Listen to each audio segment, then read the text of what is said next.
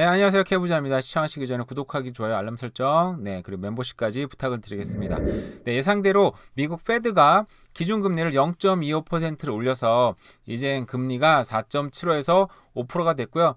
그리고 중간값은 5.5%, 5.1%가 됐다고 하는데요. 네, 시장 움직임대로, 예상대로 움직였잖아요. 물론 요즘에 은행권 여러 가지 상황 때문에 홀드가 나오지 않을까 그런 소식 썼습니다만 대체적으로 대부분이 예상한 대로 0.25로 올렸고요.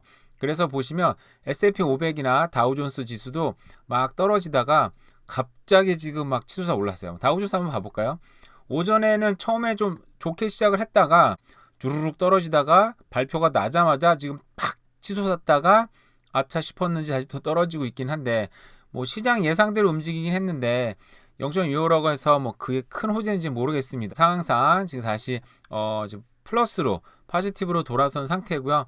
거기에 맞춰서 요즘에 오일 가격이 많이 떨어지다가 다시 또 70.78 오일 가격 한번 봐볼까요? 지난 5일 동안 많이 떨어졌었는데 많이 떨어진 것도 아니네요. 사실은 그 전에 왜 많이 떨어졌는데 오일 가격들이 주유소에는 제대로 반영을 하고 있지 않은 듯한 느낌을 받기는 받습니다.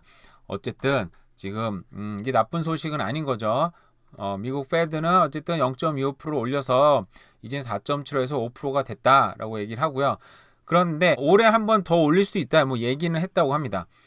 밑에 보면 미국 캐나다 은행도 나오는데 인플레이션이 어제 5.3%였나요? 그래서 굉장히 많이 떨어졌다 그랬는데 여전히 BOC 뱅크 오브 캐나다 같은 경우는 스티키 인플레이션이 한 번 오르면 쉽게 떨어지지 않는 임금 대표적으로 그리고 렌트비 한 번 오르면 잘 떨어지지 않는다고 합니다. 그래서 이런 것들이 계속 존재하는 한 그리고 경제가 너무 또 뜨겁다 너무 핫하기 때문에 걱정이 된다. 일단 전 세계에서 어떻게 보면 선진국 은행 중에 최초로 홀딩을 했죠. 근데 뭐 앞으로도 올릴 수 있다고 얘기는 했었으니까. 근데 경제 상황이 그렇게 좋은가? 뭐 잘 모르겠어요. 네, 밀레니얼 세대 자산 투자서로 부동산은 후순위라고 합니다.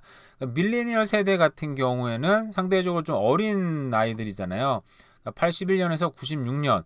근데 81년이면 저랑 크게 나이 차이도 안 나는데 30대긴 한데 40대 넘었는데요. 그죠? 그러니까 40대까지 온 사람들. 근데 너무 큰 갭이 너무 크긴 한데 96년이면 20대잖아요. 그죠?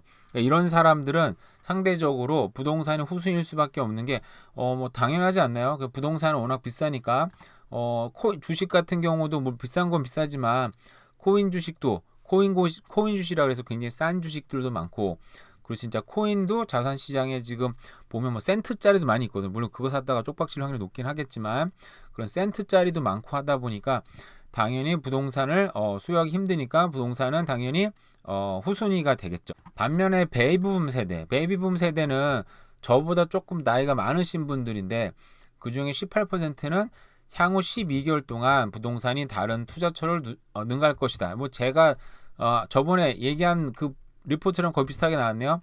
무려 41%, 그러니까 절반은 향후 10년 동안의 기도체를 초과할 것이다. 왜냐하면 베이비붐 세대는 그런 부동산의 우상향을 평생 동안 봐온 사람들이니까 그렇겠죠 아무래도. 그리고 밴쿠버 거주자의 31%는 세대에 관계없이 향후 몇 년의 주택을 구매할 것이다. 네, 근데 캐나다 전역으로 대상을 하면 이같이 답한 응답자가 35%라고 합니다. 그리고 밴쿠버 거주자 60%는 향후 10년 동안 부동산의 수익률이 높을 것이다. 왜냐하면 부동산 밴쿠버 거주하는 분은 아마 토론토도 비싸게 나올 거라고 생각을 해요. 토론토에 사는 사람들도 대부분 부동산 우상향 시장을 평생 동안 봐왔든지 지난 몇 년 동안 엄청나게 봐왔기 때문에 부동산에 대해 굉장히 좀 파지티브 의견이 많이 있을 수 있고요. 10년 정도 장기 투자하면 이건 거의 부동산 정말 불패였던 것 같아요. 물론 진짜 이상한 지역 빼고 일반적인 우리가 도시 지역에 10년 전에 투자했다면 아무리 떨어졌어도 지금 오른 게 더 많으니까 당연히 저런 의견이 나왔을 거라고 생각을 합니다. 네, 4월 캐나다 연방 최저임금이 16.65달러로 오른다고 합니다. 네, 온타리오 노동부에서 다음 달 최저임금 발표할 거라고 하는데요. 네, 이게 바로 스티키 인플레이션인 거죠. 이 임금이 한번 오르면 임금 깡다 그러면 그 어떤 것보다 화가 많이 날 것 같아요. 그래서 어쨌든 연방 최저임금을 15.55에서 16.65, 무려 1달러를 인상한다고 합니다. 그래서 이 물가 인상률 6.8%를 기반으로 해서 했다고 합니다. 이게 몇 프로가 올라가는 거죠. 그래서 항공사, 철도회사, 우체국, 은행 등 연방정부의 직접적인 통제를 받는 기업 근로자는 인상된 최저임금을 적용받는다고 합니다. 저희 시설에도 케어 에이드로 일하는 분들이 25불에서 갑자기 28불로 확 뛰었어요. 3불이나. 많이 뜬 거죠. 그죠? 네, 저는 아직 오르진 않았는데 왜 안 오르는지, 이 널스들은 안 오르는지 모르겠어요. 네, 기다리고 있습니다. 빨리 오르기를. 어쨌든 근데 이게 물가가 오르면, 임금이 오르면 또 물가가 따라 오르니까. 근데 임금이 어쨌든 물가의 인플레이션의 최마지막이라 그러는데 최저임금도 지금 오르는 상황입니다. 쉑쉑버거가 캐나다에 진출을 한다고 합니다. 저도 얘기만 많이 들었고, 미국 그 어디죠? 미국 메디슨 스퀘어 공원에서 핫도그 카트 시작을 했는데 이게 선풍적인 인기를 끌어서 이제는 전 세계에 뭐 우리는 말로 하면 흔들흔들 버거라고 해서 유명 그렇게 말하는 사람도 있었는데 정말 유명한 버거가 됐잖아요. 그래서 지금 한국도 이거 처음 오픈했을 때는 막 5시간 줄 서가지고 밥 먹기도 하고, 저도 그래서 뭐 어떤 버거길래 좀 궁금하기도 하고, 캐나다에 오픈하면 좀 먹어봐야 되겠다는 생각을 하고 있습니다. 뭐 35개점에 오픈한다니까 밴쿠버 당연히 오픈하겠죠.